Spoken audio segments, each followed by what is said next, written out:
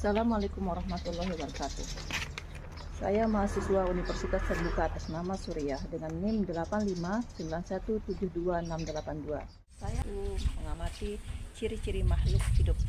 Ada 5 tumbuhan yang harus saya amati dan 5 hewan. Adapun alat-alat yang diperlukan, yang dibutuhkan, yaitu ada kertas tabel pengamatan, ciri-ciri makhluk hidup, dan pulpen. Oke, di sini di belakang saya ada bunga kertas. Bunga kertas ini bernapas melalui stomata daun. Coba kita lihat. Ciri-cirinya itu dia daunnya seperti agak meruncing sedikit. Ada duri. Dan cara berkembangbiakannya itu melalui stek. Bisa di stek. Ini. Dia terpengaruh sama rangsangannya itu cahaya. Daunnya itu sedikit menjulur ke cahaya. Adapun tanaman yang kedua yang kita amati hari ini yaitu kunyit. Ini dia kunyit. Kunyit berkembang biak melalui rimpang di akarnya itu. Rimpang tua bila ditanam akan menghasilkan rimpang baru. Coba kita lihat, coba kita perhatikan. Daunnya segar. Kunyit bernapas melalui stomata daun. Ada 2 sifat gerak pada kunyit, yaitu gerak niktinasi dan geotropisme. Tunasnya tumbuh ke atas, bisa menembus tanah, berkembang biak melalui rimpang. Coba kita lihat, ini kunyitnya. Kunyit itu rimpangnya di bawah. Dia juga pengaruh sama rangsangan air. Apabila tempatnya itu kering, daunnya akan sedikit layu.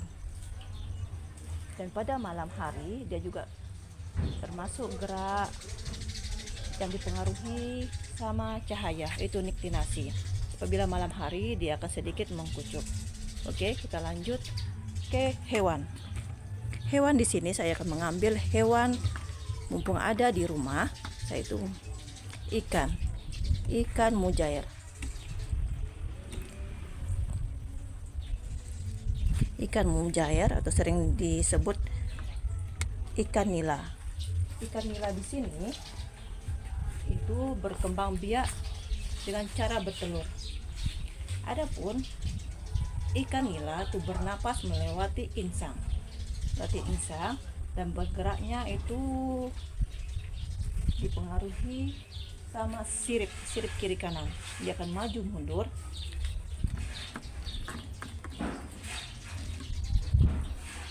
Apabila kita dekati, dia akan bergerak.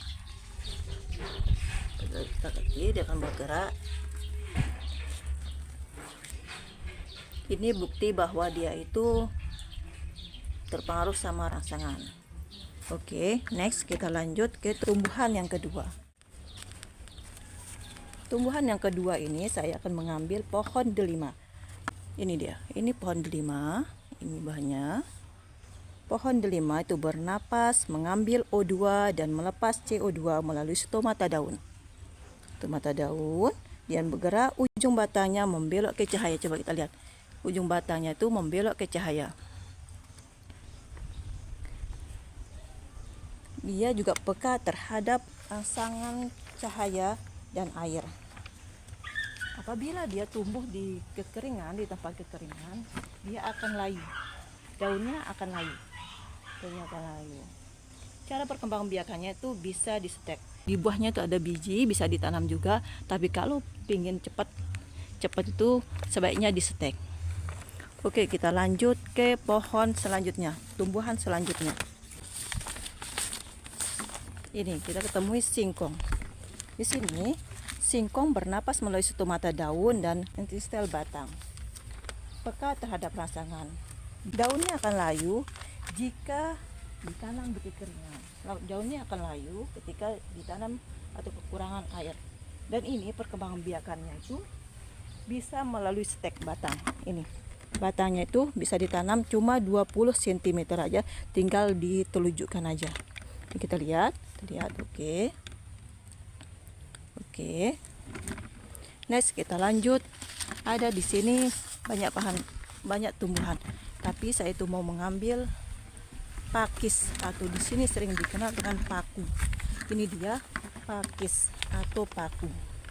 Tanaman ini enak dimakan. Pakis sendiri itu bernapas melalui stomata daun, juga respirasinya bernapas, bersifatnya bergerak. Oke, ini dia pohon pakis. Ini yang seperti ini bisa dimakan, Kita lanjut ke hewan.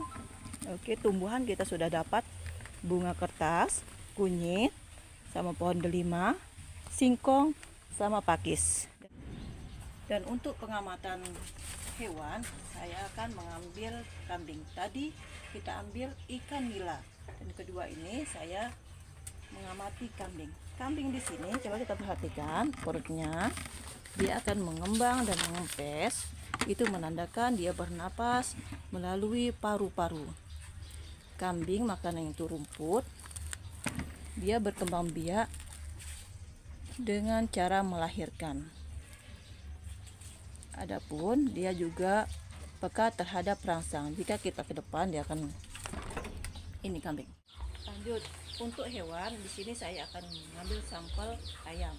Ayam di sini yaitu berkembang biak dari telur dulu baru menetas menjadi anak ayam. Ini dia ayam, ciri-ciri ayam itu. Ini dia, ini anaknya sudah menetas kecil-kecil. Kita lihat dia kecil-kecil. Ayam akan peka terhadap perasaan apabila mendengar suara cicit-cicit. Itu anak ayamnya. Kita lihat anak ayam. Ini dia anak ayam. Ini induknya. Ini makanannya itu bisa dedak, bisa nasi, bisa biji-bijian. Ini anak ayam. Dan untuk hewan selanjutnya kita akan mengambil sampel bebek. Bebek juga sama seperti ayam. Dia berkembang biak melalui telur. Ini bebek, tapi makanannya bebek itu bisa daun kangkung. Ini bebek. Dan di sini juga ada beberapa burung. Di sini. Ini berapa burung. Ini banyak sekali beberapa burung. Burung di sini juga berkembang biak melalui telur. Ini lihat. Ini makanannya itu bisa biji-bijian. Dia juga bernapas lewat paru-paru seperti ayam.